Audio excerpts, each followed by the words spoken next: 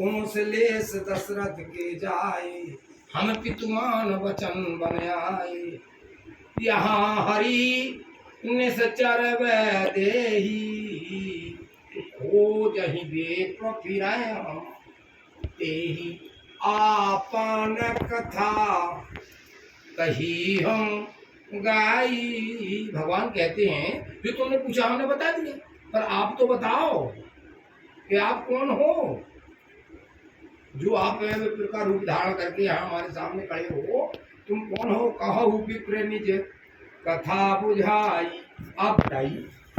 तो भगवान के चरणों से लिपट गए हमारी, कहने लगे अस कस पूछो नर की नाई। आप कैसे पूछ रहे हैं महाराज, मेरे से कैसे पूछ रहे हैं? क्यों? तब मायावश फिर हूँ भुलाना, उताते नाथ नहीं पहचाना। हे महाराज, आपकी माया ने मुझे भुला दिया, इसलिए मैं आपको नहीं पहचान पाया। पर आप नर की तरह कैसे पूछ रहे हैं? आप तो मेरी सारी कुंडली जानते हैं प्रभु। हे दयालु, लिए दो जन पीठ चढ़ाई, उठा लिए दोनों को कंधे पर और ले गया। यहाँ पर एक आपका भक्त बहुत आपको सहायता करेगा प्रभु, वहाँ ले जाए। रावण आ गया यार, कहाँ से ऐसा रावण आ गया वो भागवत से, है ना? वो फिर गया ना, वो यहाँ का प्रतीक है ना। हाँ, बगलामुखी, वो यहाँ आ गया, रावण आ गया। ये भगवान की बड़ी कृपा है। वो पारीक्षत जी महाराज जो हैं, वो पारीक्षत जी महाराज इतने ज्यादा फिलप रहे हैं अंदर कमरे में, इतने दुखी हो रहे हैं कि मेरे पिताजी, मेरे बाबा जी भगवान श्री कृष्ण के साथ रहते थे और कृष्ण भगवान उनकी बात मानते थे, और मैं जैसा आदमी एक साधु को मैंने गले में सब डाल दिया। बड़ा गड़बड़ हो गया। जब जाकर के दो शिष्यों ने कहा तो उन्होंने कहा क्या करना चाहिए? सीधे निकलना चाहिए गंगा जी के तट। गंगा जी के तट में सब बैठे हुए हैं, वेद व्यास जी बैठे हुए, सुखदेव के बाप, सुखदेव के पिताजी भी बैठे हुए हैं, पर कोई व्यक्ति बचाने को तैयार नहीं। कहाँ से कैसे घूमते घूमते श्री सुखदेव महाराज आए, परमहंस जी। तो परमहंस जी आए और नारद जी ने ले जा करके पारीक्षत के सामने खड़े कर दिए। बोले इनसे कच्छू ने पूछने, ये 7 मिनट रुका था, इसे कच्छू नहीं पूछने, सिर्फ एक ही बात भर पूछने, फिर बाद में पाँव धोत रही। कहा कि मरने वाले व्यक्ति को क्या करना चाहिए और क्या नहीं करना चाहिए, ये है भागवत। यहाँ से भागवत ये प्रश्न किया पारीक्षत जी ने कि महाराज हम बहुत भ्रमित हैं, मरने वाले प्राणी को क्या करना चाहिए और क्या नहीं करना चाहिए। बस वेद व्यास जी एक बढ़िया सुंदर बरगद के नीचे बैठ गए, वहाँ आसन बन गई, सब देवता लोग बैठ गए, सब ऋषि लोग बैठ गए, और राजा पारीक्षत से श्री सुखदेव जी कहते हे राजन, वो आपकी जो कथा भूली थी ना, हाँ। वो आज शनिवार था, हनुमान जी को आना था। बोले यार हमें तो याद ना किए और हमारे बाजू में बैठे हैं। यार ये क्या कर रहे हैं? हमारे बाजू में बैठे और हमें ना याद किए। तो हमारे गुरु की भी सुनाए और अपनी ये आप बताइए, विचार करती रहती हैं। वो गीध देखिए, जैसे ही माता को देखा और दौड़ करके रहे, खड़ा रहे, रावण से कहता है ए खल खड़ा रहे, कहाँ जा रहा है? उसने देखा रावण ने चारों तरफ, मेरे को संसार में कोई खल कहने वाला कौन करा? दौड़ा और मार दिया, चौच मार के उसको बेहोश कर दिया। माता जी को उतार कर एक झाड़ के नीचे बिठा लिया। तो बहुत से पक्षी जो आए बोले यार तुम जैसे आदमी रहती, वो अभी 1 मिनट के लिए मूर्छित हुआ तो उस समय आंखों को ऑपरेशन करते ना, 20 आंखें तुरंत निकाल देते आप, खत्म। बोले नहीं, मैं भारत का पक्षी हूँ, मैं मूर्छित व्यक्ति को वार नहीं करता हूँ। वो अभी तो मेरे पंख काट देगा। बोले काट दे, कुछ भी करे, पर हम ऐसा नहीं करते। तो वो देश है ये, भारत देश वो भूमि है। मूर्छित कौन था? रावण। कैसे मूर्छित था? इसने मार दिया ना चोंच, गिद्धराज ने चोंच जब मारा। ये गिद्धराज कौन है जानते हैं?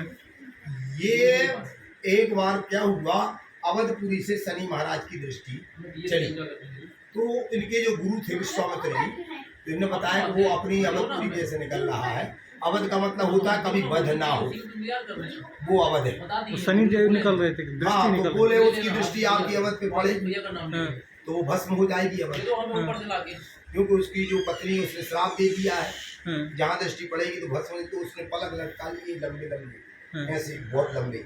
जब वो किसी को देखता तो उठा के देखता, तो शनिदेव। देखते ही नहीं है, बोले हम पलक लटका तो नीचे मगर दिखता है।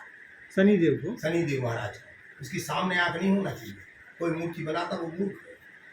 अपने यहाँ कहाँ अपन को नहीं मालूम कहाँ। अब वो सब बेवकूफ़ी वाली बात है, जो शास्त्र पढ़ेंगे वो तो ज्ञान हो जाएगा। तो वो निकला जब, तो ये गए कौन, दशरथ महाराज सरस से ऊपर विमान उड़ा इनका और पहुँचे, जाकर के बोले महाराज शनिदेव से प्रार्थना, क्या बात है राजन, बोले ऐसी बात है। बोले ठीक है, तुम्हारी हम दिशा बदल लेंगे, तुम्हारी अवधपुरी को छोड़ देंगे, यहाँ से निकल जाएंगे बाजू। बोले ठीक। वो इनको याद नहीं रहा, कौन को, दशरथ जी को, कि हम इनके नीचे से ना निकले। उनने दिशा बदली, ये वहीं से नीचे से निकला, रथ खड़ा, पूरा रथ खत्म हो गया।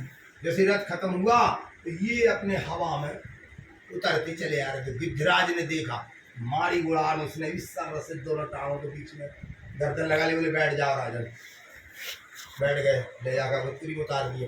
बोले अब तुम नहीं जा सकती। क्यों, तुमने हमारी जान बचाई।